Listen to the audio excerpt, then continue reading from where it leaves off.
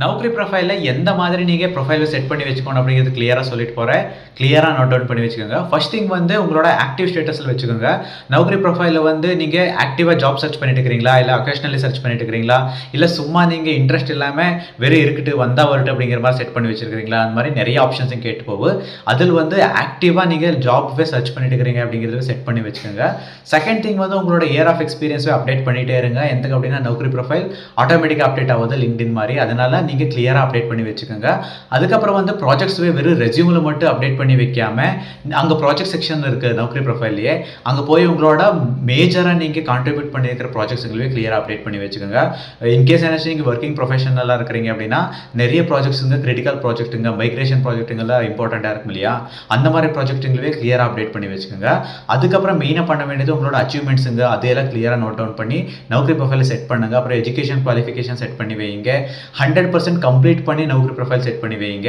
அதுக்கப்புறம் வந்து resume, this is very very important thing. உங்களோட கான்டாக்ட் பார்த்தாங்க அப்படின்னா உங்களோட யாராச்சும் ஃபார் எக்ஸாம்பிள் ஜாவா டெவலப்பருக்கு சர்ச் பண்ணுறாங்க அப்படிங்கும்போது உங்களோட ரெஸ்யூம் தான் ஃபர்ஸ்ட் பார்க்குவாங்க.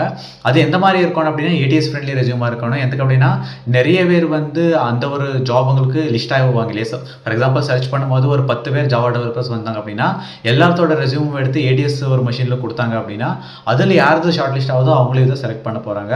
அதனால நீங்கள் ஏடிஎஸ் ஃப்ரெண்ட்லி ரெஸ்யூமாக இருக்குது அப்படிங்கிறது பார்த்து வச்சுக்கோங்க. அதில் வந்து கிரிட்டிக்கல் ப்ராஜெக்ட்ஸுங்களை நீங்கள் ஆட் பண்ணி வச்சுருக்கணும். உங்களோட ஸ்கில்ஸ் மேட்ச் ஆகிற மாதிரி இருக்கணும். இந்த மாதிரி ஒரு பர்ஃபெக்டான ஒரு ரெஸ்யூம் கிரியேட் பண்ணி லேசியாக இல்லாமல் கிளியராக அப்டேட் பண்ணி நௌக்ரி ப்ரொஃபைலை வைங்க. நிறையா ஒரு ஜாப் கால்ஸ் வரக்கான வாய்ப்புங்க இருக்குது. இதெல்லாம் நோட் பண்ணி வச்சுட்டு இதை ட்ரை பண்ணி பாருங்கள். 1 மந்த் ஏதாச்சும் ஒரு அப்டேஷன் கொடுத்துட்டே இருங்க. கரண்ட் சிடிசி இந்த மாதிரி என்னமோ ஒன்று எவ்ரிடே போய் அப்டேட் பண்ணிகிட்டே இருங்க. அப்போ வந்து ரெக்ரூட்டர் சர்ச் பண்ணும்போது உங்களோட ப்ரொஃபைல் வந்து மேலே வரக்கான வாய்ப்புங்க இருக்குது.